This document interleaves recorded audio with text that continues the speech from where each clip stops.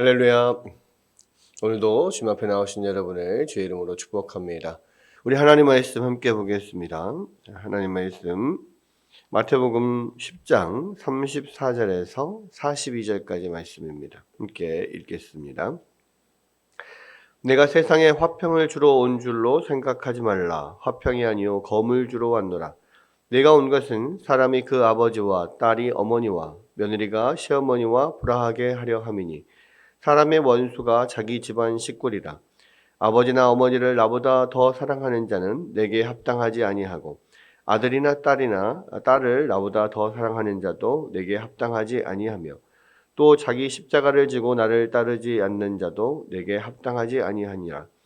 자기 목숨을 얻는 자는 잃을 것이요 나를 위하여 자기 목숨을 잃는 자는 얻으리라. 너희를 영접하는 자는 나를 영접하는 것이요 나를 영접하는 자는 나를 보내신 이를 영접하는 것이니라. 선지자의 이름으로 선지자를 영접하는 것은 선지자의 상을 받을 것이요 의인의 이름으로 의인을 영접하는 자는 의인의 상을 받을 것이요 또 누구든지 제자의 이름으로 이 작은 자 중 하나에게 냉수 한 그릇이라도 주는 자는 내가 진실로 너희에게 이르노니 그 사람이 결단코 상을 잃지 아니하리라 하시니라. 아멘.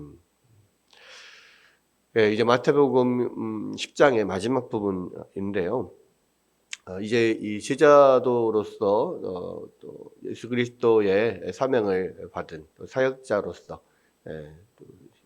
뭐 생각해야 될, 염두에 둬야 될 여러 가지 많은 일들을 마태복음 10장에서 말씀을 하셨는데요. 이제 마지막으로 하신 말씀은 이제 34절에서 39절까지를 보면 예수님의 제자가 되는 것은 이 세상과 원수가 되는 것, 또 결국 예수님의 제자로 살 때 세상과 싸울 수밖에 없다라는 것을 이야기를 합니다. 그래서 우리가 예수님의 제자가 된다는 것은요, 한편으로는 십자가 군사가 된다라고 하는 것과 같아요. 그래서 우리가 예수님의 제자로 살아가는 것은요, 모든 순간들이 영적인 전쟁인 순간입니다. 물론 우리가 예수님을 제자로 살 때 예수님을 대적하는 대적들이 있습니다. 바로 사탄이라고 하는 사탄과 그의 졸개들, 그 귀신들, 뭐 이렇게 이야기를 할 수가 있죠. 악한 영들이 늘 예수님과 또 예수님을 따르는 자들, 예수님을 믿는 자들을 대적하려고 늘 공격하려고 우는 사자와 같이 우리를 삼키려고 한다라고 이야기를 합니다. 그래서 예수님의 따르는 삶에는 항상 이런 전투태세를 가지고 있어야 돼요. 영적인 전투태세. 우리가 늘 사단과 이 마귀와 귀신들이 우리를 공격하고 넘어뜨리려고 하기 때문에 늘 깨어서 기도하고 늘 무장해야 되고 우리가 에베소서에서 나오는 그런 전신 갑주를 입어야 됩니다. 말씀과 기도로 늘 무장해야 될 이유가 뭐냐면 늘 사단이 우리를 공격하려고 하고 늘 삼키려고 하기 때문에 그렇다는 거죠. 그런 면에서 예수님은 우리 가운데 세상에 화평을 주러 온 것이 아니라 검을 주러 왔노라 그렇게 말씀합니다. 예수님 때문에 예수님으로 인해서 이 세상에서는 계속해서 전쟁이 나는 거죠. 영적인 전투가 이루어집니다. 우리의 배후에 사단이 있기 때문에 그런 영적인 전투가 이루어질 수밖에 없는 거거든요. 그래서 세상 사람들이 우리를 미워하는 것, 또 세상 사람들과 싸우게 되는 것이 바로 이 진리 때문에 주님의 진리를 우리가 갖고 있기 때문에 또 이 어떤 사단의 이 세상의 주인이 사단이고 어떤 이 사단이 계속해서 우리를 공격하기 때문에 늘 그렇게 싸움을 싸울 수밖에 없는 그런 상황 가운데 있다는 겁니다. 그래서 여기서 보면요, 35절에 내가 온 것은 사람이 그 아버지와 딸이 그 어머니와 며느리가 그 시어머니와 불화하게 하려 함이니 사람의 원수가 자기 집안 식구리라 이렇게 이야기를 하는데 이 영적의 전쟁은 우리 이 외부에서도 일어나지만요, 우리 내부에서도 또 우리의 그런 아주 친밀한 사이에서도 관계에서도 일어납니다. 그래서 가족 안에서도 불화가 일어날 수 있어요. 뭐 때문에요? 이 진리 때문에. 예수 그리스도를 믿는 사람과 믿지 않는 사람은 그 사이에 큰 간격이 있습니다. 그래서 이해할 수가 없는, 서로 이해할 수 없는 부분들이 있고요. 특히 아주 친밀한 관계에서 예수님 때문에 불화가 일어나는 경우가 많이 있어요. 그럴 수밖에 없는 게 항상 이 최선의 적은 차선이거든요. 그래서 사실은 우리가 가장 좋아하는 사람, 우리가 가장 사랑하는 분이 예수님이기 때문에 우리가 분명히 사랑하는 대상이지만 예수님보다 더 사랑할 수가 없거든요. 그래서 예수님을 최선으로 사랑하다 보면 늘 차선으로 사랑하는 것과 서로 불화가 있게 마련입니다. 예를 들어서 이 남편이나 아내 같은 경우도 마찬가지죠. 실제적으로도요, 부부 사이에서 남편이나 아내가 서로 배우자가 정말 최선의 사랑의 상대가 되어야 됩니다. 그런데 남편보다 더 사랑하는 남자가 있어 버린다? 그러면은 아니에요. 전쟁 나는 거죠. 마찬가지입니다. 아내가 최선의 부부 관계에서 최선의 사랑의 대상이 돼야 되는데 아내보다 더 사랑하는 대상이 있어 버린다? 그럼 정말 전쟁 나는 겁니다. 여러분, 가정 안에서의 문제, 특별히 이 부부 관계에서 문제에서는요, 실제적으로 영적인 부분이 아니라 이 부부 간에서 문제가 바로 사실 그런 거거든요. 남편을 최선으로 사랑해야 되고 아내를 최선으로 사랑해야 되는데 남편보다 자식을 더 사랑하거나 아내보다 딸을 더 사랑하거나 아내보다 부모님을 더 사랑하거나 남편보다 부모님을 더 사랑, 이렇게 돼버리면 문제가 생긴단 말이에요. 왜? 최선의 적은 차선이니까요. 그런 부분에서 그냥 인간적인 어떤 사회 안에서도 그런 문제가 일어나듯이 영적인 문제에서도 마찬가지입니다. 예수님을 최선으로 사랑하다 보니 결국은 다른 모든 가족들이 차선의 대상이 되는 것이고 그러다 보면 불화가 날 수밖에 없게 되는 거죠. 예수님은 나를 따르는 삶이, 제자의 삶이 그런 문제로 인해서 그러한 가장 친밀한 관계 안에서도 문제가 일어날 수 있고 이런 불화가 일어날 수 있다라는 것을 분명하게 이야기를 하고 있습니다. 그러면서 아버지나 어머니를 나보다 더 사랑하는 자는 내게 합당하지 아니하고 아들이나 딸을 나보다 더 사랑하는 자도 내게 합당하지 아니하며 또 자기 십자가를 지고 나를 따르지 않는 자도 내게 합당하지 아니하니라, 이렇게 이야기합니다.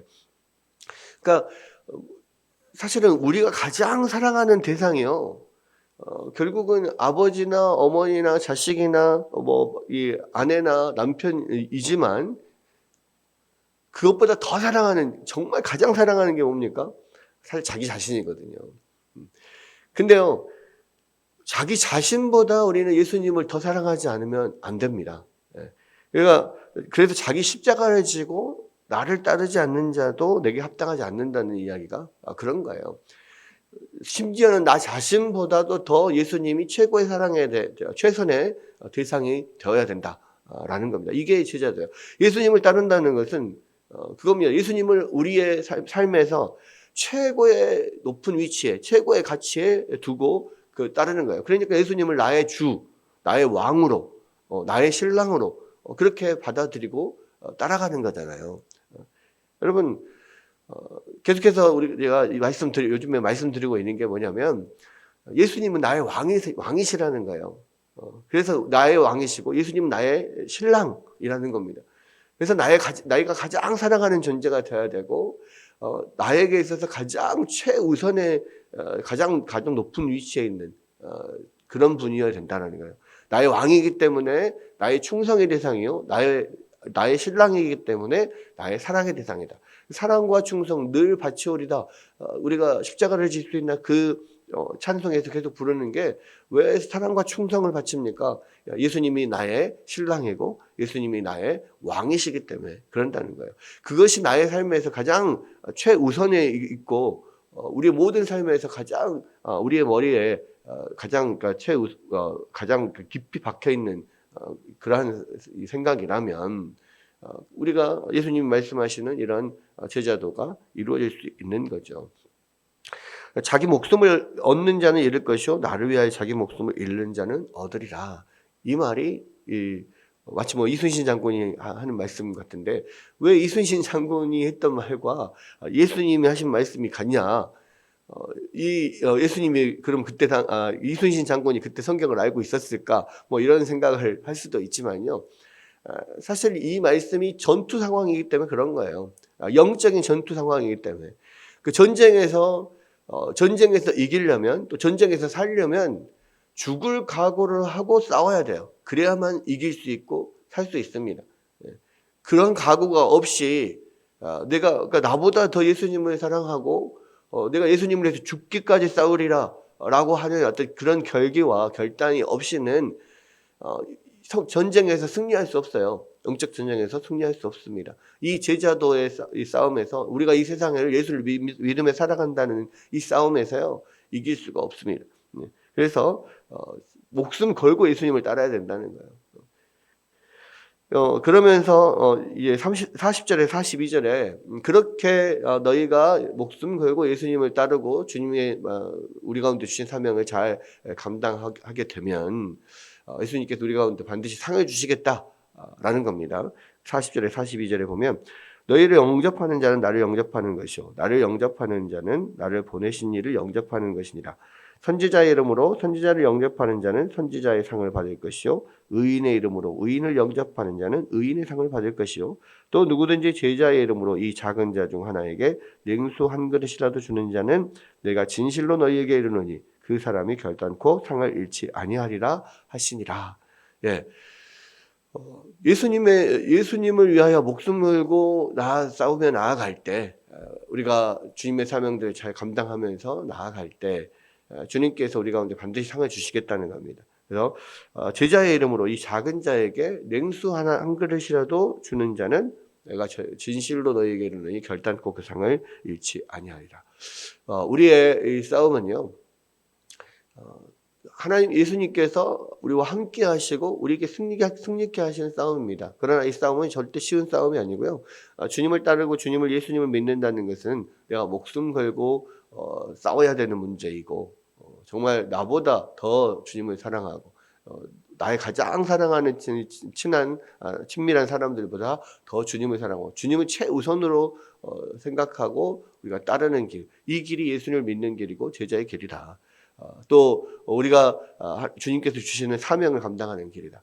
우리가 복음을 계속해서 전하고 이 세상 사람들에게 주의 말씀을 가르치고 하는 그 사명을 이루기 위해서는 이러한 각오와 결단이 필요하다라는 것을 분명하게 말씀하셨고 또 거기에는 분명한 상이 따른다는 것을 주께서 말씀하셨습니다. 이 말씀을 우리가 생각하면서 오늘도 다시 한번 우리가 주님을 온전히 의지하며 주님만을 우리 삶의 최우선으로 놓고 또 주의 사명을 잘 감당하는 우리의 목숨 걸고 영적인 싸움을 온전히 싸워나가는 여러분들 되시기를 주의 이름으로 축원합니다.